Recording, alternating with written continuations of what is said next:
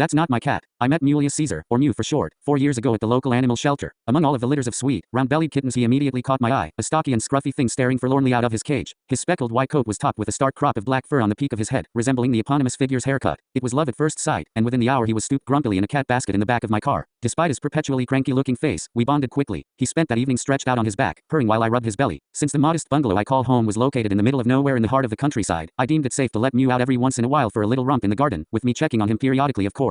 He had long since said goodbye to his ability to produce kittens, so he was happy enough to hang around in the garden without venturing further in search of mates and trouble. It was a spring afternoon the day it happened. He had been prancing around in the grass trying to catch butterflies when the clouds began to draw in and I heard the first warning drops of rain patter against the window. The familiar sound of paws thumped on the windowsill and I saw Mew standing there, waiting to be let in. I quickly put my book down on the coffee table and got up to open the window. He plodded in slowly, his coat speckled with raindrops, but something was odd. Normally he would give me a little meow of greeting and affectionately headbutt my hand as he sauntered in, but his movements were stiffer today, his eyes fixed ahead of him. "You okay, Mewie?" I cooed, following his gaze. "There a fly you wanna catch," but I didn't see anything of the sort. Maybe he was just grumpy because he got wet. I shrugged and returned to the couch, picking up my book again. I expected Mew to appear on the armrest next to me, looking for pets, or to hear him scurrying around the room if he was in a more hyper mood. After a few minutes of silence, I glanced over my shoulder to see where he went. He was still standing there, not sitting, licking his paws, or perhaps watching the birds outside intently through the window. He was just standing, his back straight and paws planted stiffly on the windowsill. His head was turned to stare into the empty space of the room, his eyes wide and somewhat dazed. "You really are a weirdo, Mew," I said with a forced chuckle, but I felt a sense of unease growing in my chest. Was he sick? I got up to check on him. The second I rose his head snapped suddenly to face me and his wide eyes locked onto me. My heart fluttered at the sudden movement, but I walked up to him, trying to be casual. I ran my hand gently over his fur, petting him, but he didn't move. He felt colder than usual, his fur slick and somewhat greasy. I was feeling really worried now. Odd behavior and a cold body temperature is never a good sign in an animal. I turned and went to get my phone and call the vet when a mewing sound caught my attention, but it wasn't coming from Mew, it was coming from the opposite window. And there he was, Mew, meowing desperately and doing his little dance of walking back and forth on the sill and pawing at the glass. But how was that possible? Over my shoulder, Mew was there too, inside, his empty gaze now fixed on the other Mew. I felt sick, but what was I supposed to do? I let the other Mew in, and immediately he pushed his little head into my hand as he rushed inside, a low rumbling purr erupting from his throat, just like he always does, his fur soft and warm in my hand. Then he saw the other cat, what I thought was Mew, and froze. After a few tense seconds, the evidently real Mew let out a sharp hiss before bolting and disappearing into the hall that joined onto the living room. I quickly closed the door behind him. The other cat must just be a stray, I decided. Its striking resemblance to Mew was certainly strange, but it is possible that the shelter had originally picked up Mew from this area. What if they were litter mates, even? That must be it. But I didn't want Mew to catch any diseases from him, so he was staying in the hall for now. I turned around, expecting to see the weird stray on the windowsill still, but instead he was standing on the coffee table. He stood straight and unmoving yet again, his head cranked backwards to stare at me with the same empty gaze. I hadn't heard him move. Okay, I sighed. There was something off about this animal. He probably needed to see a vet or something. Normally I would have considered taking him in myself, but my hands were full with Mew and to be honest, it hadn't exactly endeared me. I grabbed my phone to call the animal shelter. Maybe they could pick him up and take him to see a vet. I walked into the kitchen with my phone to my ear as the number dialed, nudging the door shut behind me. I didn't know why, but I didn't feel like staying in the living room with that cat. "Hello, this is Paw Buddy's Animal Rescue," a lady spoke from my phone. Hi, so I'm in a kind of funny situation," I began, and went on to tell the story of my kitty's unexpected doppelganger. The woman from Paw Buddy's was very helpful. She let me know that there would be someone swinging by that evening to pick the cat up and to just keep him warm and hydrated until then. So I just had to spend a few hours with the weird cat, and help would be on the way. That works. I felt kind of bad that I felt more unease than empathy towards the little guy, but at least he would be looked after either way. I returned to the living room, ready to fetch some bowls of kibble and water for the stray, when I saw that the hall door was open. It had been closed, I was certain, but there was no time to think about that. I had to make sure the stray didn't get close to Mew in case he got sick. I ran into the hall, my eyes darting into the room, and immediately I froze. Mew was lying on the floor, and on top of him was the stray, facing the opposite direction. Its tail wrapped around Mew's neck and snaked into his mouth, clamping his head and jaws in place. Its legs pushed in on Mew's, pinning him in place, and its face